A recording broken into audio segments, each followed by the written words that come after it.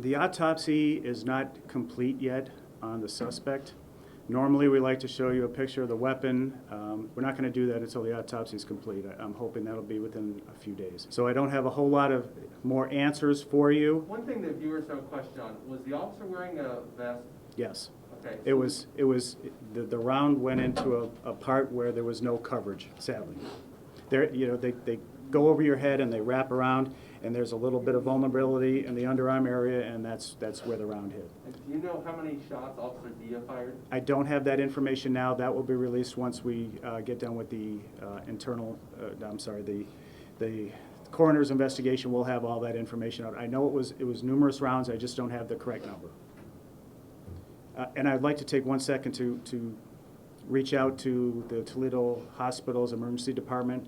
Their doctors, nurses, and staff were incredible. The security escorted us around the entire night. It was a surreal night for all of us, and they were consummate professionals, and we appreciate them more than we can say. I forgot to mention that he worked with a lot of them. Yes. He loved a lot of them Yeah. over there. He used to work there as their campus security. Chief, why wasn't Officer D accompanied by another officer when he responded? There's several areas in the city that are one-man car areas, and we've had that. I've been here for 30 years. We've had one-man car for 30 years. It's the more non-inner city areas, but we have a policy that when we send a one-man crew, especially like that, we send two, and literally, and I'm not exaggerating, within 30 seconds, the cavalry was there. Since this incident, I have suspended one-man cars for a while. I mean, obviously, it can't be forever, but we're looking at ways that we can try to make sure our officers remain safe.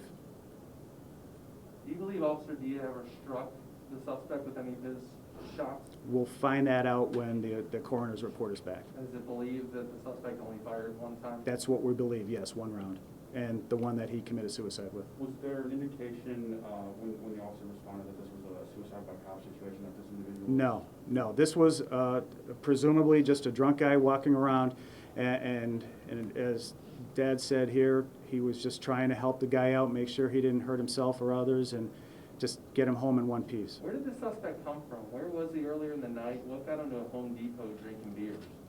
That's a good question. I spoke with the investigators, and we don't know if he was drunk and just pulled in the lot and his car stalled and he was just trying to find a way to get a jump to get back home. We don't know anything prior to what happened in the Home Depot lot. Can you talk about the other people that were in that lot? Was there a mass gathering? It was a group, in large lots in the city of Toledo. Sometimes car enthusiasts will go there, and you know they'll show each other their cars, they'll rev their engines, they'll do what they have to do. I think he just showed up there because he saw people, and he wasn't involved with that group whatsoever. They called the police on him, so he wasn't involved with that group. Is this somebody that would have been on your radar? Is this someone that officers say, hey, this name rings a bell, the suspect? No. I mean, he had some minor warrants out for his arrest, but it's not like he was, you know, one of our prolific offenders, no.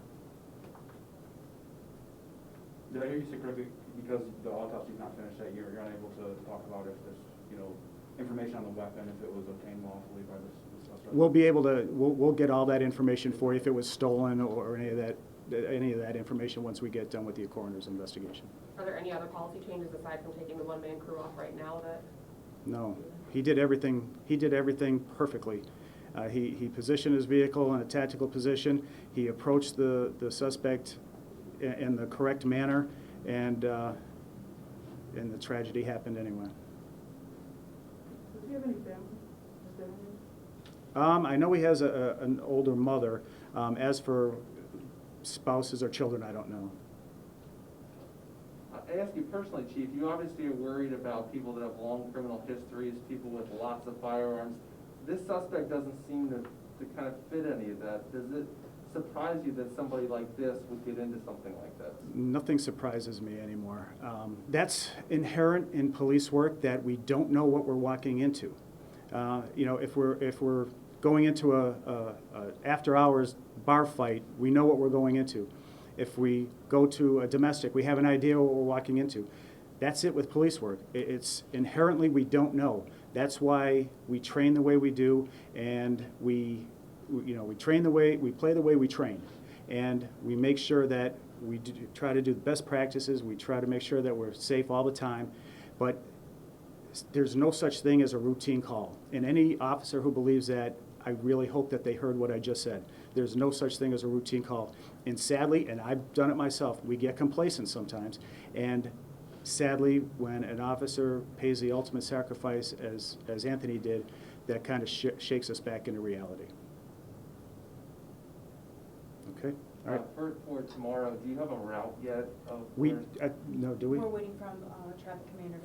Right. We're going to get everything out before close of business today on the route, the venues, times, the whole 9 yards. Are you encouraging the public to do anything tomorrow, be along the route or anything like that? I would love to see the entire processional route out there with people waving American flags, saluting, and paying the respect to this man.